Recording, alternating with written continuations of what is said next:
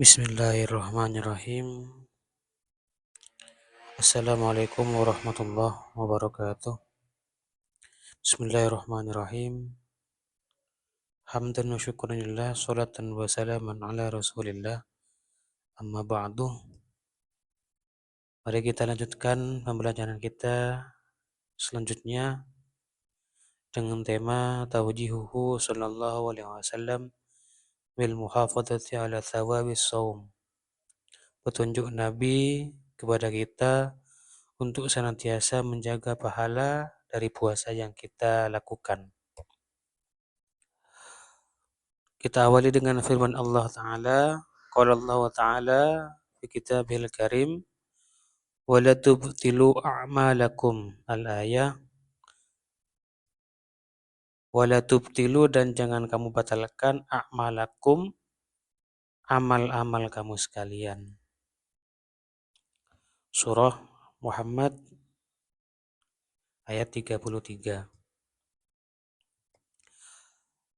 Dari jangan sampai kemudian amal-amal kita yang kita kerjakan itu jangan sampai kita batalkan dengan cara kita melakukan perbuatan-perbuatan seperti maksiat, nifak. Yang mana kalau itu kita lakukan itu bisa membatalkan pahala daripada amal yang kita lakukan. Wa Nabi Hurairah radhiyallahu anhu, dan dari Abi Hurairah radhiyallahu anhu, qala, berkata siapa Abu Hurairah, qala Rasulullah sallallahu alaihi wasallam, bersabda siapa Rasulullah sallallahu alaihi wasallam, man lam yada' qaula az-zuri wal amala bihi, man lam yada', barang siapa, lam yada', tidak meninggalkan, qaula az-zuri, akan perkataan dusta, perkataan palsu, wal amala bihi, dan mengamalkan bihi dengan qaul az-zur, falaysa lillahi hajatun, maka tidak ada lillahi bagi Allah hajatun, butuh, fi ayyada'a, di dalam meninggalkan siapa man itu, ta'amahu, akan makanannya, wa syarabahu, dan minumannya. Rawahul Bukhari. Dalam hadis ini Nabi memperingatkan kepada kita orang yang berpuasa hanya al-imtina anil akli wasyurbi faqat. Orang berpuasa hanya menahan diri untuk tidak makan ataupun tidak minum. Ya. Karena tujuan puasa yang kita kerjakan, ya, tujuan besar dari puasa yang kita kerjakan bukan hanya persoalan lapar ataupun haus saja, melainkan lebih dari itu adalah untuk meningkatkan ketakwaan, mengalahkan syahwat atau meluluhkan jiwa, menata jiwa, sehingga nantinya benar-benar menjadi insan yang bertakwa. Jadi insan yang bertakwa. Makanya jangan sampai di dalam ketika kita berpuasa melakukan tindakan-tindakan yang itu dapat berpengaruh kepada pahala dari puasa yang kita kerjakan. Makanya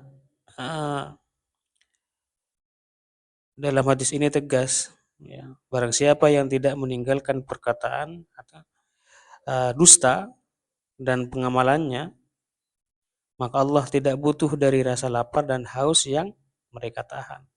Ya tidak ada gunanya kemudian, maksudnya tidak ada gunanya, ya kita tidak mendapatkan pahala dari apa yang kita kerjakan. Namun puasa, dalam arti puasa, tidak makan, tidak minum, dan menjauhi hal-hal yang dilarang dalam puasa tetap harus kita jalankan. Tapi dari apa yang kita lakukan berupa puasa, lapar, ya kita tidak mendapatkan apa-apa. Kita tidak mendapatkan apa-apa, ya. Itu berupa pahala tadi itu. Bahkan dikatakan di dalam Sunan Ibnu Majah itu, rubba shaimin laisa lahu min syiyamihi illal ju'. Betapa banyak orang yang puasa di mana yang diperoleh oleh mereka hanya rasa lapar saja. Laisa lahu min syiyami, tidak ada baginya dari puasanya ilal ju', kecuali hanya rasa lapar. Pahalanya nggak dapat. Itu tadi, karena ketika dia puasa, dia melakukan tindakan-tindakan yang itu bisa membatalkan puasa seperti melakukan maksiat. Makanya hal-hal yang mendorong kita untuk melakukan maksiat ketika bulan puasa itu harus dijauhi. Makanya di sini hafid ala thawabi syamik al muhafadatit tamah. Maka jagalah puasamu, jagalah jagalah pahala dari puasamu sebenar-benarnya. Artinya benar-benar kalian jaga puasa yang kalian kerjakan agar supaya tidak hanya sekedar melakukan puasa atau kewajiban puasa, tapi ada pahala yang kita dapat dari apa yang kita kerjakan. Apa saja tindakan-tindakan yang bisa kita lakukan untuk bisa menjaga puasa kita? Ya, wa min hadhil muhafadzati ala thawabi syiyamik ma yali. Berikut beberapa yang bisa kita lakukan sebagai bentuk tindakan kita untuk menjaga pahala dari puasa yang kita kerjakan. Yang pertama adalah kita harus benar-benar bisa menjaga lisan kita. Pikirkan terlebih dahulu sebelum lisan kita mengeluarkan perkataan, maka pikirkanlah terlebih dahulu apakah apa yang akan kita lakukan itu mempunyai faedah sehingga kita pantas untuk membicarakannya, atau mengandung kebenaran, atau itu malah mengandung dusta atau perkataan-perkataan yang diharamkan. Maka kalau itu perkataan sifatnya mempunyai faedah atau memang nyata benar, maka silakan berbicara. Tetapi ketika perkataan yang akan kita lontarkan itu adalah dusta atau perkataan-perkataan yang diharamkan, maka jangan sampai itu keluar dari lisan kita. Karena nanti ketika kita keluar dari lisan kita itu ucapan-ucapan yang diharamkan atau dusta, maka nanti akan ditulis, dicatat itu sebagai tindakan atau dicatat sebagai dosa. Dan itu tentunya akan berpengaruh terhadap pahala dari puasa yang kita kerjakan. Ya. Sehingga kalau berpengaruh nanti bisa saja pahala puasa yang kita kerjakan habis karena sebab kita dusta. Selanjutnya, kalau tadi harus menjauhi perkataan-perkataan yang sekiranya itu mengandung dusta atau yang diharamkan. Makanya perlu difikirkan terlebih dahulu, jangan asal nyerocos ketika berbicara pada bulan puasa. Yang kedua, hendaknya ya, ibta'id 'anil majalisi wal amakin allati tahsha 'ala nafsika an tatakallama fiha bikalamin muharram. Kita harus menjauhi tempat-tempat atau majelis-majelis yang sekiranya di situ akan timbul pembicaraan-pembicaraan muharram, pembicaraan-pembicaraan dusta, ghibah, misal membicarakan aib orang lain, ya, membicarakan menfitnah orang lain, majelis-majelis rumpi. Maka kita harus menjauhi majelis-majelis atau tempat-tempat yang sekiranya kita tidak bisa menghindar, yang sekiranya kita bisa terjerumus di dalamnya. Ya, jangan sampai. Ya. Makanya kita harus bisa mengukur diri. Kira-kira kalau di sana atau kumpul di sana itu nanti kita akan ghibah, akan ngomong hal-hal yang tentunya tidak baik. Ya. Yang nantinya hal itu berdampak negatif terhadap puasa yang kita kerjakan. Ya, makanya di bulan puasa ini kita harus menjauhi hal-hal ya, tempat-tempat atau majlis-majlis yang seperti itu. Demikian juga di bulan-bulan yang lain, ya, di bulan-bulan yang lain. Selanjutnya adalah ini kaitannya dengan tulisan. Kalau sekarang tidak hanya sekedar kalau sekarang ya bisa melalui status atau pesan atau apalah media-media sosial ya.